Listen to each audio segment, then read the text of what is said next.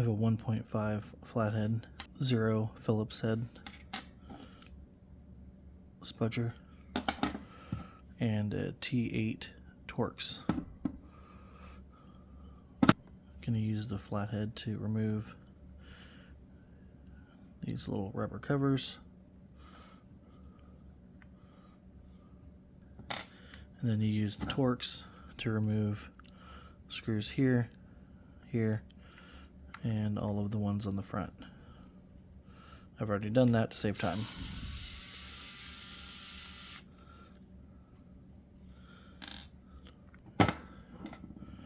And we're going to take the spudger and kind of break the seal here.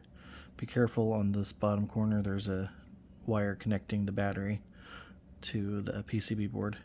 It helps if you push the brake button in.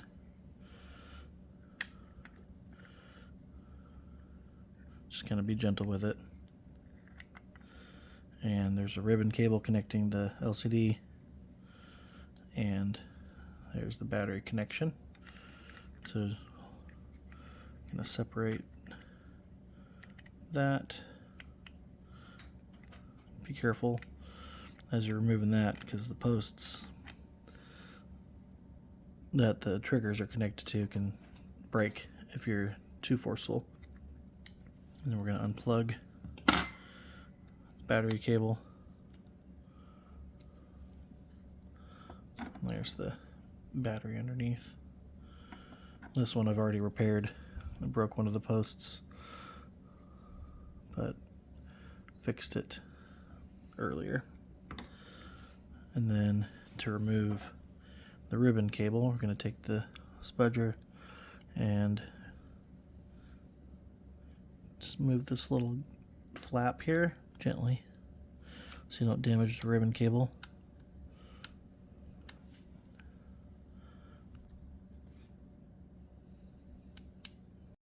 And then once that little flap is open, you can pop the ribbon cable off. You can pull it out, or gently you can use a pair of tweezers.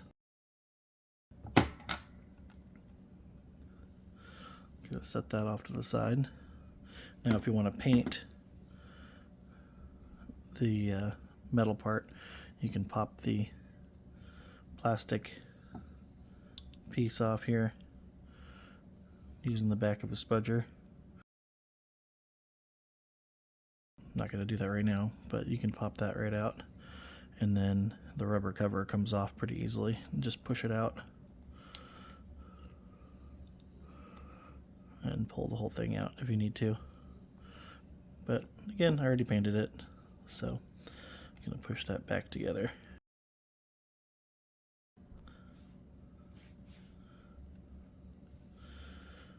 After you paint it, you can put it back together. If you want to take these screws out, you will need a 00 Phillips head, and you can take these 4 screws off. And then once those 4 screws are off, you can gently remove the metal and the glass. Try not to crack it. Set that aside with all these out, then you can paint it, and then put everything back together. Now if you have broken any of these posts like I did, you can see the bolts I used to fix it right here. They are in this kit 2.5 millimeter by 20 millimeter with a hex bolt. And what I did was took a 5/64 drill bit and I drilled through this side to create an axle for that connection point. That's the one that goes into the trigger for the throttle, and then the same thing on the post on the opposite side that had broken. Drilled through that one, and I used the 16 millimeter on one side and the 20 millimeter on the other side. It's about the perfect length to create an axle. As you can see, it goes right into the screw, or into the spring, without being too wide. Alright, now if you need to remove the PCB board, we're going to take our 0 sized Phillips.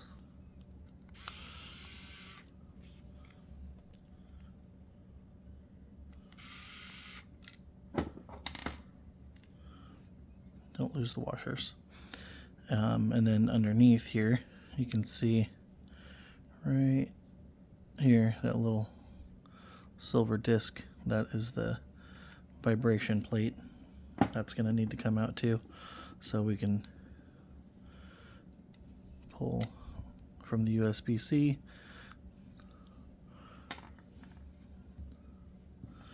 pull out the PCB board gently so we don't break the wires on the vibration plate.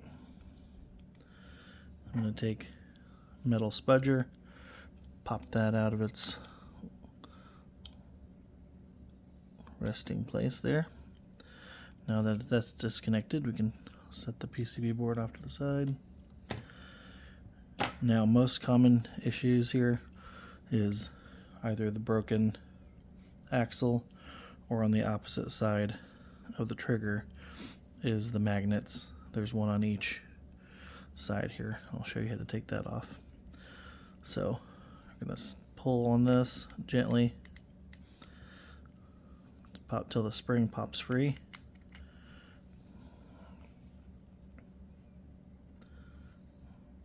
Careful we don't break the other axle, that's still in place. If not, we're going to have to drill another hole for that one too. And then now if you look at the back side of the trigger, there's a magnet right in there. Now if that's loose, put it back in. You might want to put the remote back together, test it to make sure you didn't put the magnet in the wrong direction. If you did put it in the wrong direction, the brakes won't work.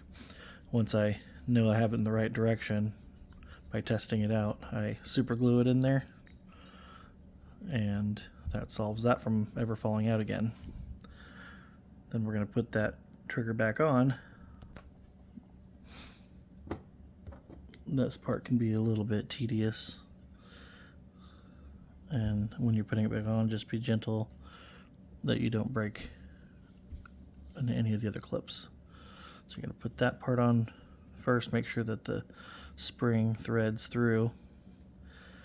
Then once we get the screw close, we're going to take that metal spudger and push the ring back around that, and then it's got to thread back through that axle.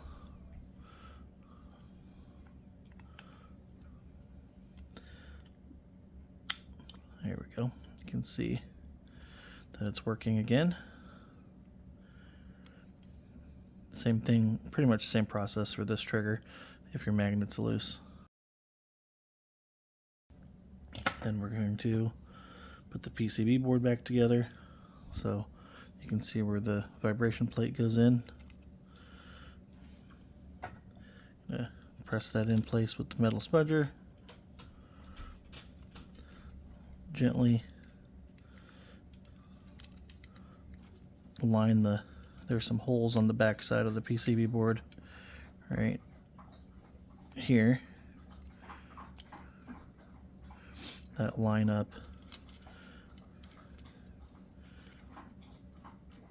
with the board. You can see it thread in place right here. While we're doing that, we're going to take the USB-C little cover here, put that on, slides right in place.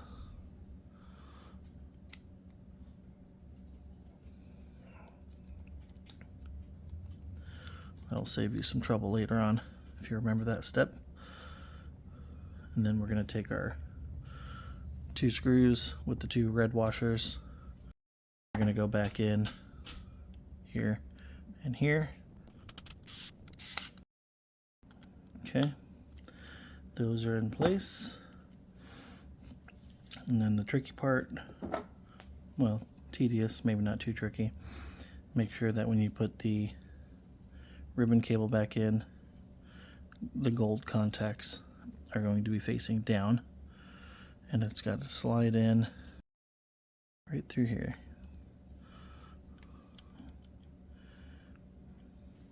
Hard part, holding everything in place while we close the little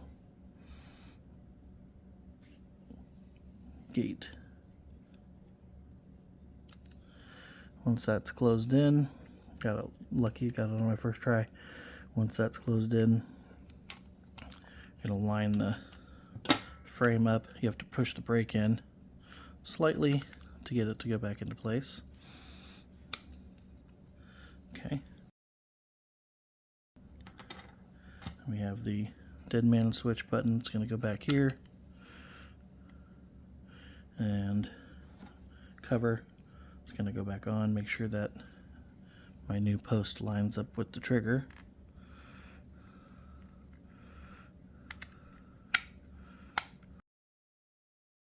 Make sure everything's lining up properly. Snaps right back in place. And then we're going to replace all the screws here, all the ones on the front faceplate. Again, we're using the T8 Torx wrench here.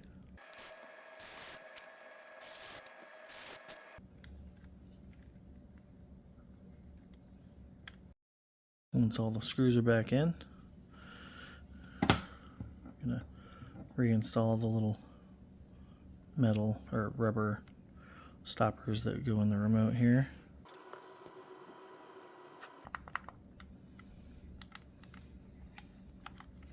And make sure everything's functioning. Almost forgot to plug the battery back in, so I'm gonna slide that into place. Once it's in place, I'll put all the screws back in, and while I'm at it, we'll test it real quick.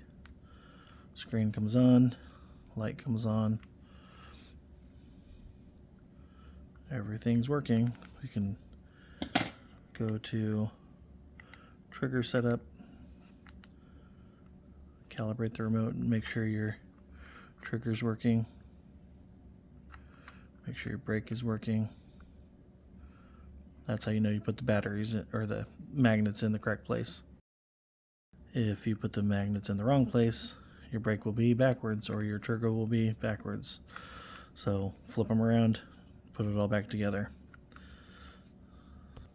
So if you have a broken trigger, whether it's the brake or the accelerator, you can fix that with there's the Amazon screw kit that I bought. Has all the pieces that you would need. Comes with the spudger, electric drill, flashlight. Bought this on Amazon for I don't know, $7 or $8.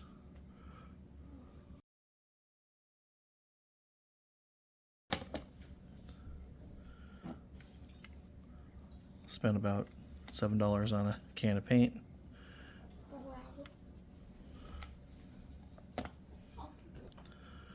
And with a little bit of time and some patience, and not very expensive, you can fix your own remote instead of spending $175 at Evolve. Plus then you'll have the kit for any future repairs if needed. Comment if you need any help. Send me a message. Find me on Instagram if you need to as well.